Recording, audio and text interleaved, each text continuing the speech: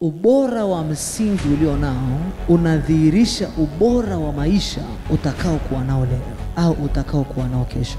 Hakuna ubora utakaoonekana endapo msingi bora hujatangulia kuwekwa au kusimikwa.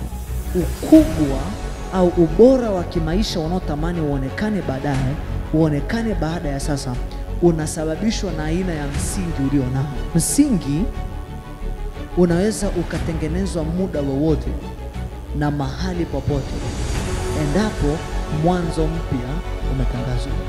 Ni vyema kila unapotangaza mwanzo mpya kwenye maisha yako au kwenye ulimwengu wa roho, uhakikishe aina ya msingi uliokuwepo au utakaopaswa kuwepo unaendana na yale maisha mapya Mungu aliyokuandalia. Mwanzo ni msingi wa kuweza kuudhihirisha mwisho mwema.